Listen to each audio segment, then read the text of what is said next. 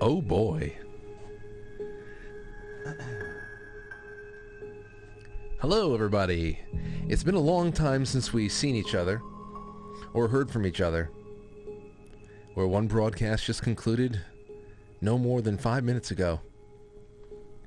But I'm happy to be here live, almost exclusively on quitefrankly.tv, but also on DLive, just to make sure that there is one other place out there.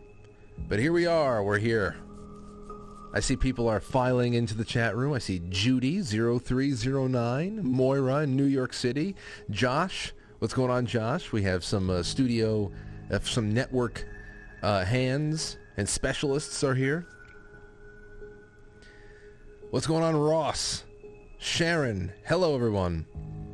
Welcome to Book Club.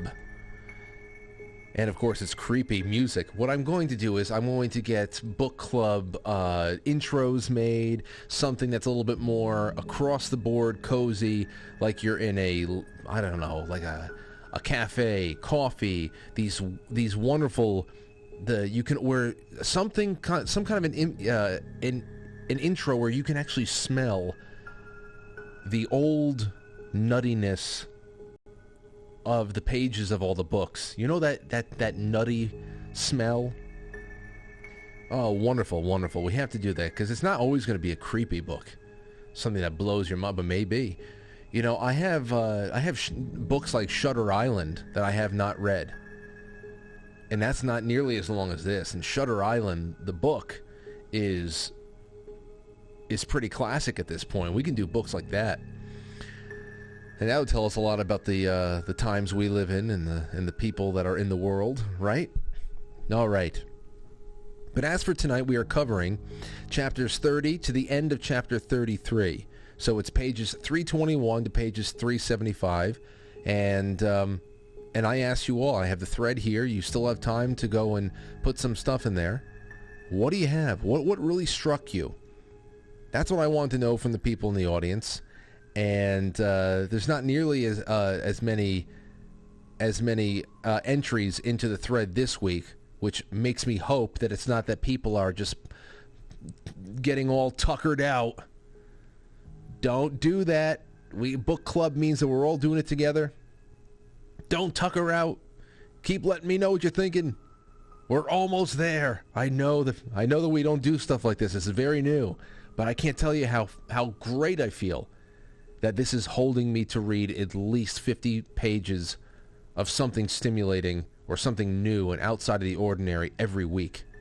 I wish I could read 50 pages of something a day. I have some friends who do. At least 50 pages a day. I envy them, but I'll get there one day. And this is reinvigorating that muscle, that reading muscle. So I want to know some of your strongest observations. You can give me some analysis of the plot and how it's progressing, character arcs, parallels to modern day, predictions where the book is going next. All of that is on the table. You can do that on the official thread. I will once again put it into the chat rooms. And there you go. Here we go. Since it's all me by my lonesome, but congratulations once again to Timothy Gordon. Here's where I'm going to start, and I'll just take you through what I have. The overall theme of these three things, for me at least, is that it's just more geopolitical repositioning of pieces. But I think the largest subplot forming right now is in the chapters where we see the Slavic Pope's inner circle. His brain trust has gathered, and they are putting in place countermeasures and counter missions. So I think that is really, really cool. We actually see the assembly of his complete inner circle. His inner circle. We've seen everybody else. We've seen the Council of 13. We've seen the international gathering at Strasbourg meeting. We know about how everybody is doing their thing. Then, of course, you have the actual prelates, the cardinals and bishops that are getting together and scheming on their own. It's all really, really fascinating. And now we see who the Pope's allies are. And what do I have here? Page 326. I'm just going to start there and bounce around. Page 326. What do I have marked here? So this is where they're paying a little bit more direct attention to now the reports of Satanism. They're going to be sending, they want to do a investigation, deeper investigation into how bad the homosexuality problem in the priesthood was in the United States. But this is when they start talking a little bit more head-on with there being a really serious problem of satanic ritual activity that's going on, especially in the United States. And Father Damien Slattery, the Dominican, the Irishman, he is going to be a chief asset in that fight soon, it seems. As we all know, that they're trying to push him out as the Father General of the Dominican Order. So this means he's going to be freed up to do some other stuff for the Pope, and it looks like he is going to be going to the United States around the stomping grounds of the Cardinal of Century City, which, as we were talking about with Timothy last week and the week before, that seems to be a direct reference to the city of Chicago and all the problems they had out there, which is, as we're seeing here, where the enthronement took place in 1963. So the cool thing about Father Damien Slattery going out to the United States, I think, is not only that he's just a great character that I just want to follow around all the time, is that he is also an exorcist by trade. And he's going out there to really sniff out demonic activity. Oh man, do I hope that there's some kind of a supernatural battle with him commanding authority of Christ over a demon or something. That would be a great, not a prediction, but a hope for wherever this goes in the future. But here's a little bit of their acknowledging Satanism. Here's a quote. Let's see here. But even that isn't the total of the disaster. They're talking about how everything is going. All over the church, but again, the epicenter appears in North America. Ritual Satanism is more and more rife among both clergy and laity. So among clergy, that's the big thing there. Ritual Satanism among clergy. It's one thing for a person to believe that they're devout in one way, shape, or form, but they've been taught things that are completely heretical. It's another thing for people to be seeking out union with Lucifer. And that's an incredible infiltration. I think it is the Brother Augustine who can make it clear just how deadly serious that situation is, and as it become in the United States. The organized Satanist activity going on in America seems to bring us into a further dimension of unbridled evil. And the Pope nods. What do we have over here? This is when the Slattery mission comes about it. His Holiness knew Slattery was right. Do I take it then, Father Damien, that you would limit early investigations? You would limit early investigations to what you call homosexual behavior of a general kind of the American clergy? Damien nearly popped out of his white robes at the thought. What I'm saying, Holy Father, is that I'm your man for the Satanist end of things. I know a bona fide case of possession when I see it. I've had enough experience with cults to know what you do, or to know that when you deal with Satan worship, you're into demonic possession with both feet. And once my Dominican brothers hold their general chapter next March, I'll be looking for work. So that means that in March, because it goes through Christmas season in these 3 chapters, I believe. So just 3 months on the other side of that, March, he's going to be voted out as Father General by his Dominican brothers, and he'll be looking for work. So let me go hunt out the possessed. Oh man, I hope it's something like that. That would add such awesome action. Just really great action. So when I read that, I had to put it aside, and I said, hell, let's do this. So I'm stoked about that. I love that character. He continues to be badass. Page 329, a reminder of how important the everyman is and how corrupting titles of nobility are, whether you're talking about government, congregation, or whatever else. This is at the end where Father Damien is leaving. They're all leaving. The Pope's inner trust, his inner circle, has left. They've gone about their business after a very important meeting. And not just Father Damien alone, the Holy Father watched as side by side with Gladstone, Aldo Carnesecca, Father Carnesecca, turned his steps toward Via Mazzini. Said, how different such men are from my venerable colleagues in the Sacred College of Cardinals. Surely I am not wrong to place my hope, the hope of the Church, in the fidelity of those men, and in the fidelity of other men and women like them, wherever they are to be found. I want you to promise me one thing, Monsignor Daniel. The Pope let the curtains fall back against the window and turned full face to his secretary. Anything, Holiness, he said. So many men change so much once they get the purple. That's the sash, the bishophood, the cardinal, just the promotion. So many men change once they get the purple. If I am ever tempted to make any of those five, his inner circle, including Gladstone, a cardinal, stop me. Do I have your word on it? You have my word, Holy Father? Daniel grinned. Count on it. So that's just a little reminder, I think, once again, that perhaps Malachi Martin is saying that the everyman is capable of understanding right and wrong, and having completely unflappable integrity, and that is the real source of strength for any world, for any nation, for any faith, for anything. So, once again, a reminder to us all to be like the Slatterys, the Gladstones, at least Christian. Now, what we have here is page 331. I thought it was interesting, because the other thing that's developing is Gib Appleyard, our naval intelligence friend from the United States. He's a Rosicrucian Freemason, as I believe we're gathering here.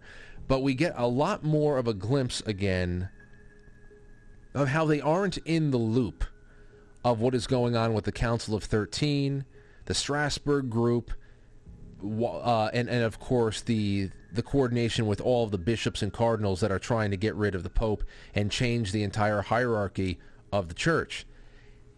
It's obvious that the American intelligence, Gib Appleyard in particular, who seems to be a Mason, he's made several very personal comments about his affiliations.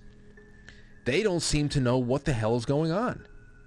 And in this chapter, they are a little bit more keen on figuring out what is going to shake out geopolitically when Boris Yeltsin comes into power in Russia, especially since the Pope was so close, a close friend of Gorbachev.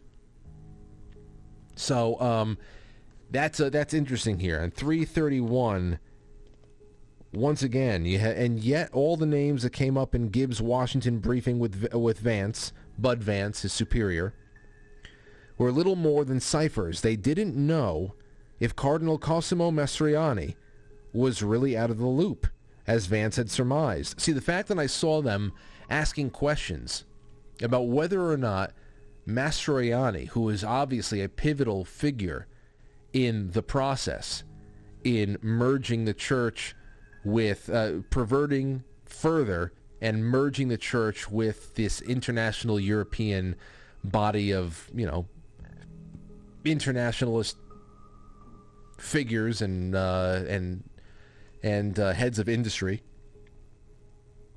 for them to be wondering whether or not he's in the loop or not when he's such a central figure in it all is once again a little bit of a message to you that there are hierarchies and there are levels inside of these globalist organizations, especially our intelligence services, that are not in the know and that are maybe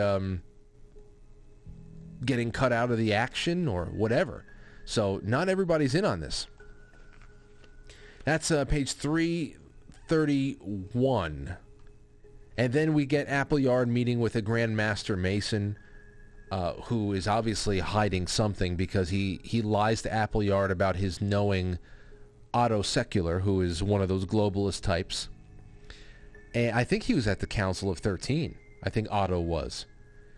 So then we look at page 347 is another marker I have here. We're moving along, just summarizing what's going on. Then I'll get into your thread, and we'll make some hopes. We'll get into some hopes and dreams for the coming time here. Let's see.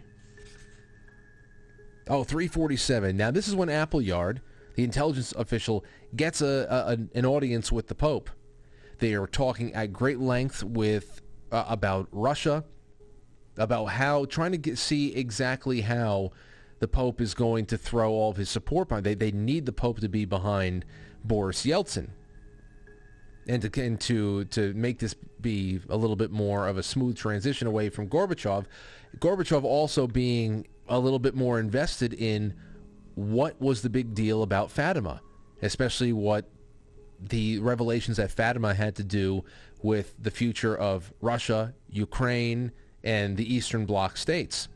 In fact, in the later part of these chapters, from what we gathered so far, there was his name was Botafuco. Not like Joey Botafuco, but a Botafuco nonetheless. He was, I guess, inspired or told to go and work on behalf of Gorbachev to take a picture of the third secret of Fatima in the Pope's chambers. There's an arrest scene in this. You guys probably realize that. Well, the person that was being arrested by the I forgot what the guy's name is, the head of security.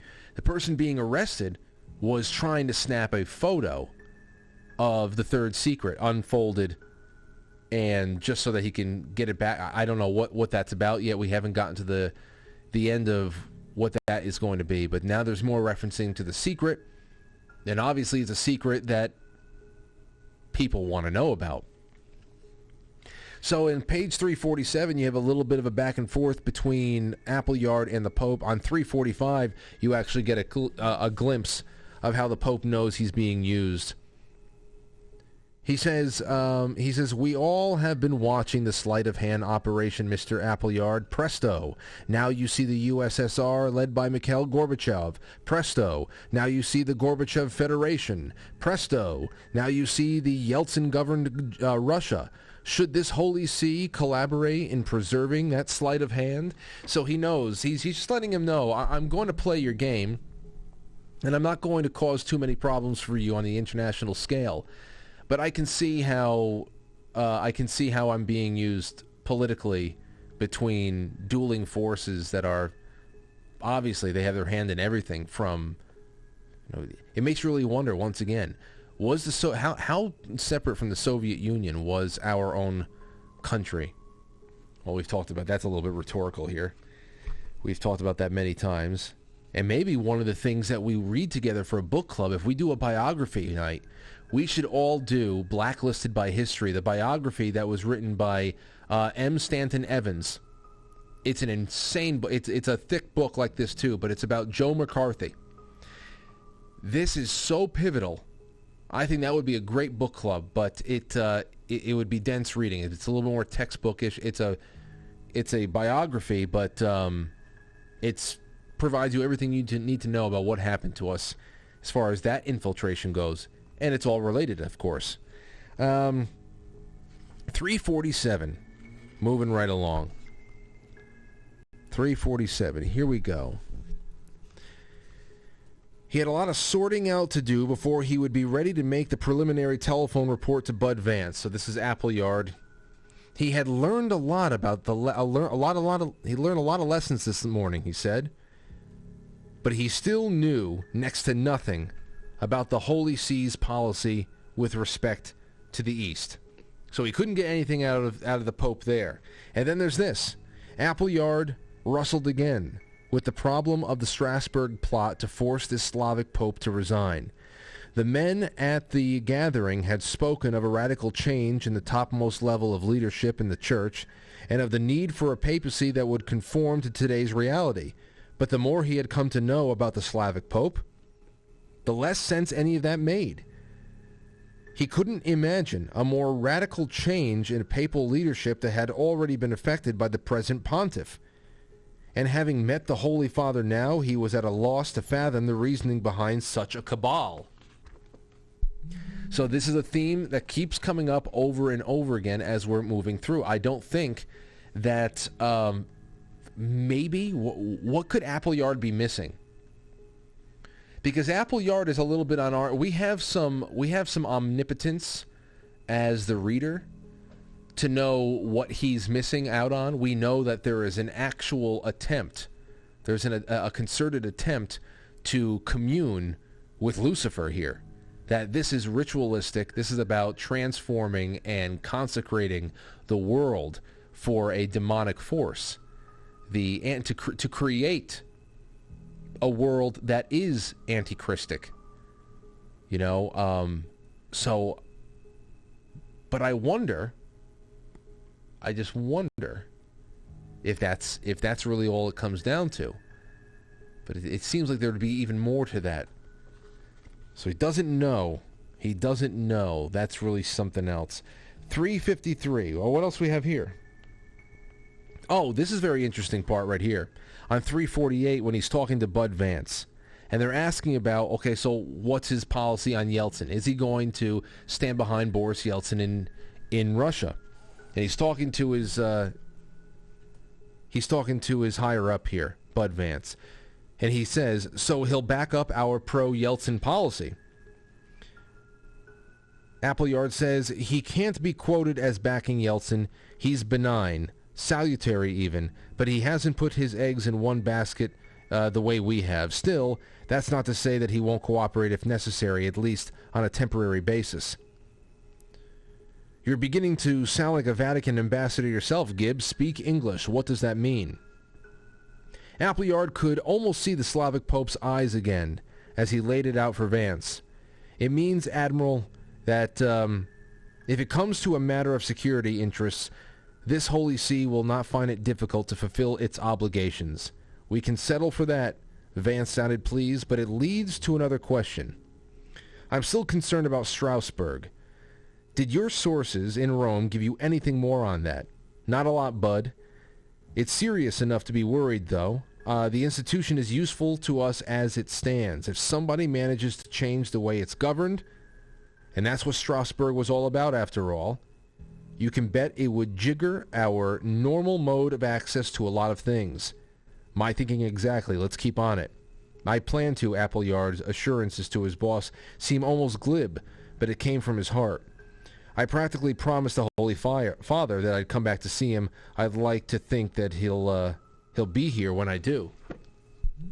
So here they are from the American intelligence standpoint, which is what you would think you would want to do if you really wanted to take over the church, especially a church of that size, power, and influence.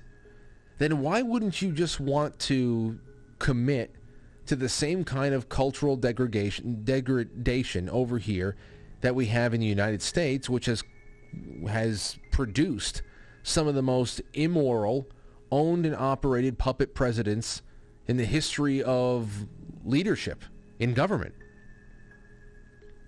Why would you get rid of the papacy altogether when you can just own generations of people who would be loyal puppets and loyal servants to a higher, darker cause inside of that papacy? Why the destruction of the institute itself? They're worried over there at American intelligence side of things that if the Vatican starts becoming just as much of a boggled bureaucracy at the top, then winning favor with one person is so much easier. And it's such a very big focal point to have that the Pope, the Pontiff, all in white. There he is the vicar, and I think that's what they're most confused about. Why, if just as much can be done around the world for globalist reasoning and globalist goals, bigger goals that have been set, why are you going to ruin the actual thing here? Why not just continue to flush out anybody that is of integrity, continue to screw with the liturgy and dogma and all that stuff until all you have in the church anywhere that you look are willing water carriers for a Dark Lord. And they're really good questions there too. Questions I can't wait to get an answer for. So that's what we have on that end. So they're still trying to figure out why the Pope is being targeted. Now on 353, we get Chris and Paul Gladstone together for the first big scene of them together. And we were wondering, what was this going to be about? And it was nice to see how it really was just about them enjoying each other's on a familial sense. You had Christian, who was really taking to having time spent with his nephew Declan, and it just seemed like a really nice thing. But so quickly, there was an all-out confrontation. Almost all of the cards were put out on the table. I mean, Paul just comes out very quickly to tell Chris all about his initiation at the lodge in Israel. So, I mean, there's just nothing there. I'm sure that's going to be a nice piece of information that he can go back to the inner circle to say, I think I know just how deep my brother is in it now. He's been initiated by these people.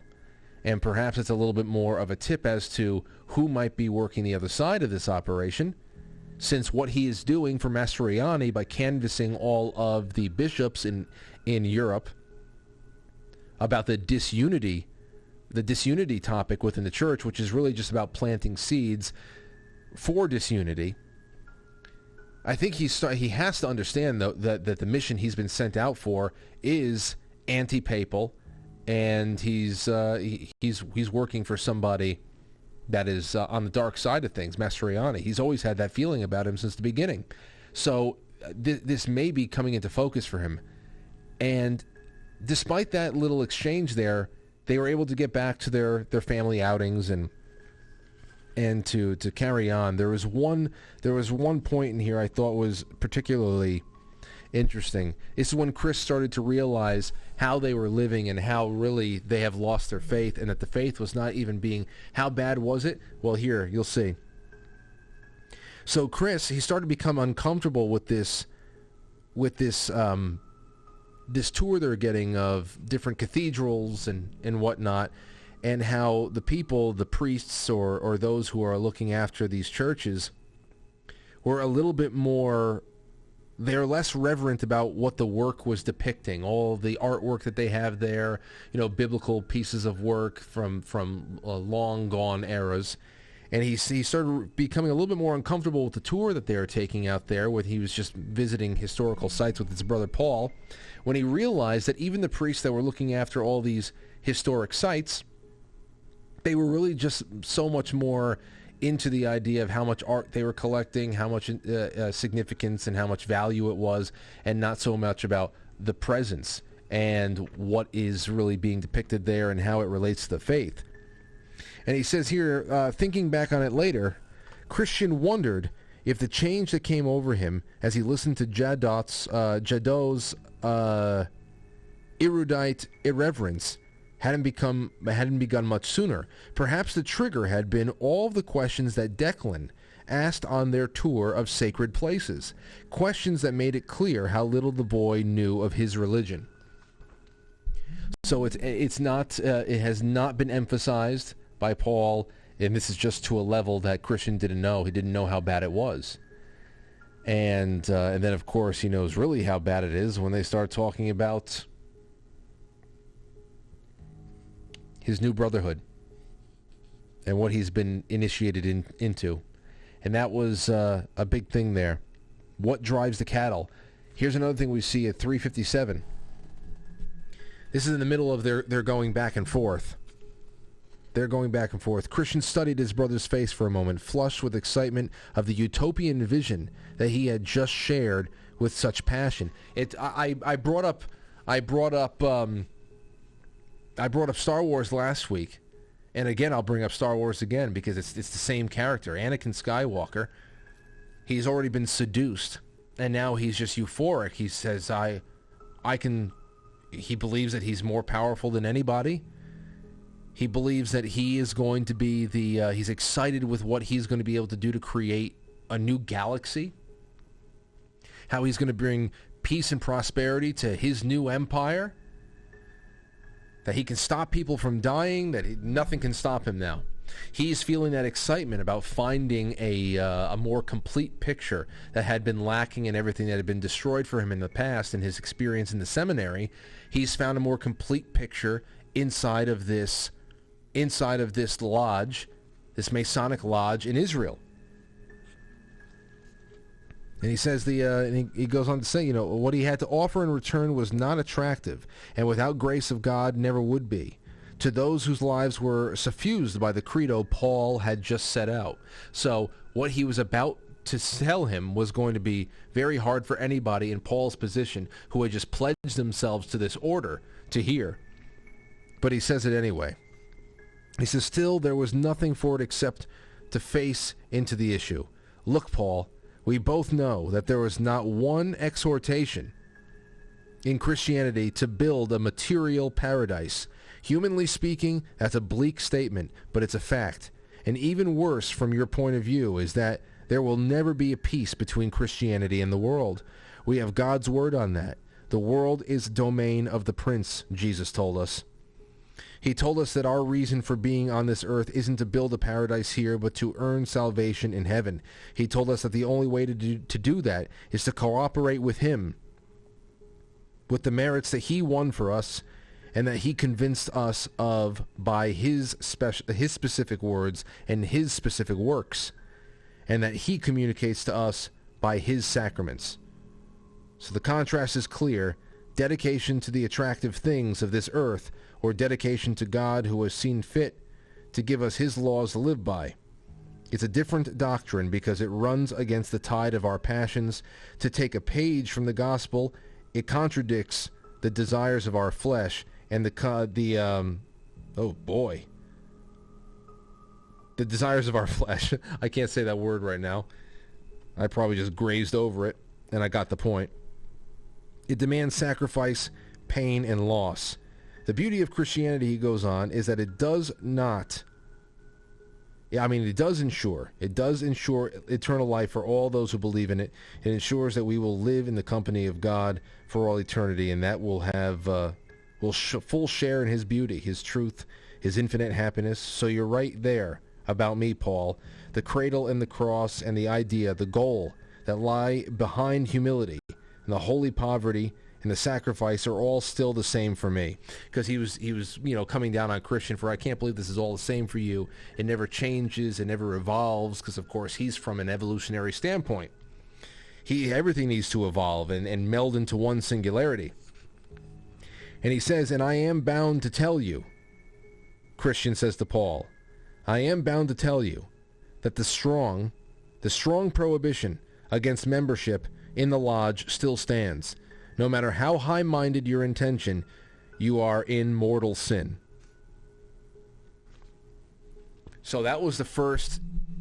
They kept it pretty cordial for brothers. Nobody stormed out. They were able to tidy up their little engagement and move on.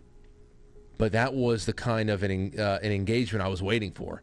And it was pretty satisfying there, too. We'll see how that goes along. I wonder if there is a chance for Christian to save Paul's soul in the end.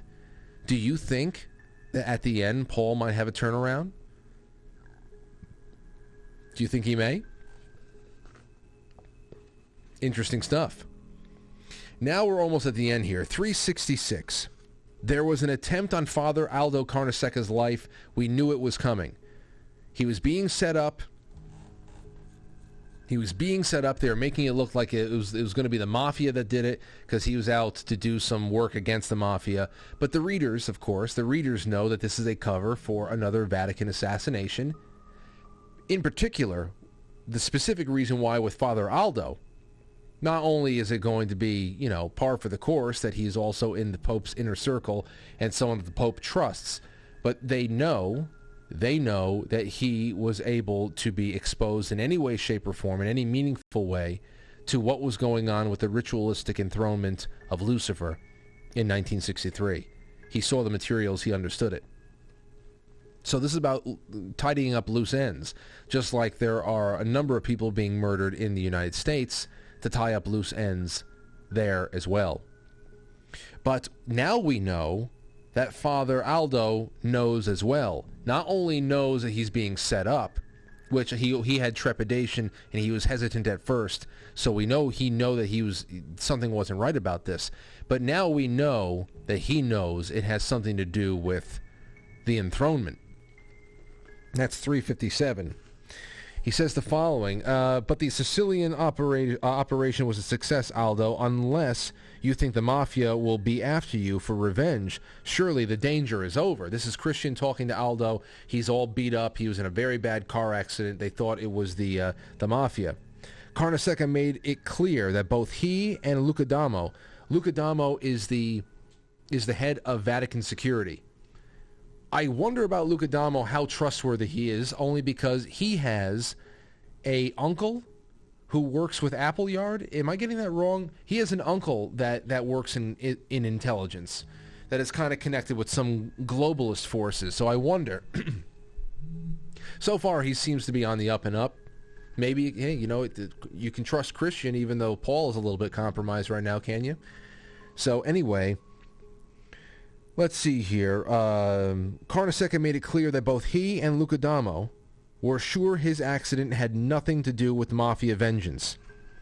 Giustino, that's Luca D'Amo, Giustino has his own theory. I'm sworn to secrecy about it for now. Maybe he'll tell you about it in time. He has evidence to back this main line of thinking, but I want you to understand, Chris, that this is one time when Luca D'Amo may be right for the wrong reasons. Gladstone knew better than to pry into anything Father Aldo was bound to hold as a confidence, but if both Carnesecca and Luca D'Amo were convinced that the mafia was in the clear in the bloody affair, then what was behind it? It's a story, a Vatican story, that dates from a long years ago, Chris. Back to the early 60s, in fact. I can't be sure, of course, but I'd say that my accident means someone thinks I know too much for their comfort these days. And are they right? Chris asks. I hope you'll never have a reason to find the answer, Father Aldo said. So, the early 60s, it's about what he was exposed to. And I don't know if Luca D'Amo knows that much, but Father Aldo knows that that's probably what it is. And this is interesting stuff here, man, because on the other side of things, you go into the United States. Now we have the United States and how it's becoming a problem for the cabal in the United States, that things are not moving along quick enough. And that Dr. Channing gets a call from the capstone, the mysterious capstone. You wonder who the hell that is. Then again, we all know what the capstone is. The capstone is the eye on the top of the pyramid. So it's just weird that somebody's name is Capstone. I didn't look into the character key to see who that might have been. But that's when we learn that the Cardinal of Century City is ill. And Capstone wanted to ask Dr. Channing what the hell's going on. The process is not moving along well enough. This needs to continue. And that's when we learn that the Cardinal of Century City, who is a murderer, a child sacrificer, a just real evil man, is ill, and it's becoming harder to cover up all the pedophile problems in the diocese out there. Apparently there's billions of dollars in settlements that had to be put out there to be paid, and things are just getting out of hand. Now, Channing and Mastriano, I forget.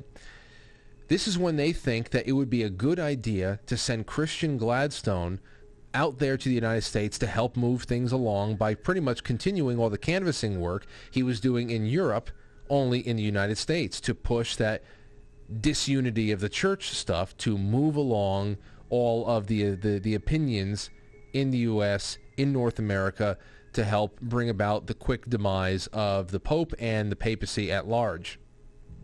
So, this is an interesting thing here, because of course now we're seeing that Christian is becoming the perfect double agent. And while he is most certainly going to take the opportunity to go back to the U.S. to do some work out there, serving as Mastriani's gopher, he will probably be working alongside of Damien Slattery too, who is going to be fighting some demons. That's going to be great. So he's going to have to keep that on a low, the down low, and work side by side with him in some kind of a way that doesn't tip off to Mastriano and any other kind of spies that may be on watching Christian and his behavior. You got to keep those allegiances pretty wrapped up tight, right? So that's what I have here, man. That's what I have here, and there's a little bit more on page 366. Like there's pretty much a little bit of a review that they all know what's going on. Page 367. They've been at it all along, Father. Luca D'Amo picked up the notebook from His Holiness's desk and glanced over to some pages. Quote, "We haven't got all the pieces yet, but the long and the short of what we do have is this. It turns out that Strasbourg was the starting gate for a systematic in-house initiative to force the issue of episcopal unity with the Holy See. Some mechanism has apparently been devised to organize a series of votes by the various national and regional conferences of bishops. So far, we haven't found out what that mechanism is, but we know the goal, and we have an idea of the time frame. The upshot of the votes is to be a petition for the Holy Father to resign for the sake of the church unity, and the timing seems to be geared to His Holiness's 75th birthday." So they know, everybody seems to know what's going on and who is out to get them, and really it's just becoming more and more intriguing because it's just, it's spycraft, but people you would not have expected. You would never have expected such specialized priests. And that's where we're at right now. That's where we are at right now. Everybody's inner circles are trying to make moves, counter moves, and keep their heads above water. I don't have anybody to play off of right now, so I'm going to go into the wonderful little responses we had on the official thread on Reddit. And then after that, I'm going to wish you all a wonderful, wonderful weekend, and I look forward to your emails. I'll jump into the chat room a little bit there as well. Let's see here. Gardenia B says, "Many emotions this reading. Page 321. I chuckled at the Pope's remarks. So many men change once they get the purple." There you go. 372. I laughed out loud in the comedy of errors as things go awry for the Cardinals. However, at some point near the end of chapter 33, I felt sickened and like crying in desperation over the ongoing machinations that have plagued our world forever, it seems. As today, honesty and transparency are rare. Deceit and manipulation are the way of the world. I agree. It can really, really come down hard feeling like that sometimes. Let's see here. Summer 711 says, "It's wild how much is going on with the church's interest in Russia and Ukraine. I've never fully understood how or why the Soviet Union fell. Did it not realize to what extent patrons in the West were involved?" I didn't realize either. I thought that it was just purely military outspending made the communist system collapse. Now, it was not a vibrant system in one way or another, but there was definitely color revolutions that were stoked in a lot of those Eastern Bloc states as well. The old Bolshevik model once again, but it worked to break up the Soviet Union into I just don't know. The Anthony Sochi book. Everybody told me about that Tim told me about last time about Pope Benedict. I bought it. It came in. I read the first page, and it kicks right off. And this is from years ago. Not too many years ago, but prior to February 2022, where all we're talking about is Russia and Ukraine, and all of the history we got to unearth. He's talking about all of that stuff. He's talking about Boris Yeltsin. He's talking about everything that, all of the things that are going on right now in this book. It goes back to that. Let me go to my Amazon real quick and let you know what the name of the title was, just in case any of you want to pick that up, because I know that after I read this book, I'll blast through that one real quick, because it's only like 200 pages. It won't be a book club thing. It'll just be a personal. It's called The Secret of Pope Benedict XVI. Is he still Pope? Is He Still Pope is the subtitle. It's written by Antonio Socci. A few of you out there already told me, yes, you have to read that. The first couple of pages, I mean, I was just enjoying the geopolitical backstories that we don't get. All we got was, we won the Cold War because good old American capitalism and blah, yeah, rah, rah, rah. And listen, the American system, free markets, that is rah, rah, rah for me. USA all the way, baby. But as far as the end of the Cold War and what was going on, we were given such a very cotton candy lollipops version of the whole thing. That's what I'm taking away. I can't tell you what the real, I can't paint the nuances for you yet. I'm inspired now to go and read into it. But that's what I'm starting to realize. Summer 7/11, says, did not realize to what extent patrons in the West were involved. The Pope, upon reading Gorbachev's letters, he made it clear that he was not startled by any of the news Gorbachev had communicated, not by his coming resignation or by the impending dissolution of the Soviet Union, or by the involvement of those Gorbachev called his patrons in the West in that coming dislocation. Page 323. Here's another one from 323. Christian's thoughts during the discussion of the letters also. Chris realized that when these men talked about Gorbachev's patrons in the Western world, political figures didn't hold a candle to industrialist and financial leaders of a global kind. It was enough to give new meaning to the old saying that money talks. And then finally, Summer 7/11 says, finally the Pope dropping the sobering opinion of the USA on Appleyard. Quote, page 345 to 346. In abstract principle, such standards are fine. Separation of church and state is a cornerstone of your American social contract to pursue life, liberty, and happiness as the ultimate ideal. That concept is utopian, of course. Always aimed at, never achieved. It's true. Oh, it's true. So, the Pope is really, he's really an intelligent, compelling figure. I love when people have meetings with him. I can't wait for this meeting between he and Ceci. When the hell is that going to happen? Did that happen? Am I going nuts? Did that happen already?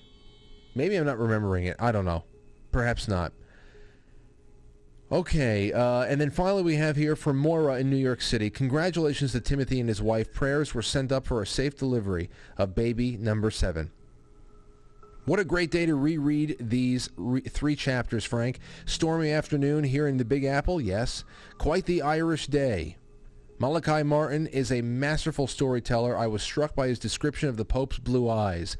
I can imagine him looking at both his allies and adversaries with a kindness and understanding that was divinely inspired. The relationships between all the characters are being nicely developed. Once again, the connection to our current geopolitical situation is uncanny.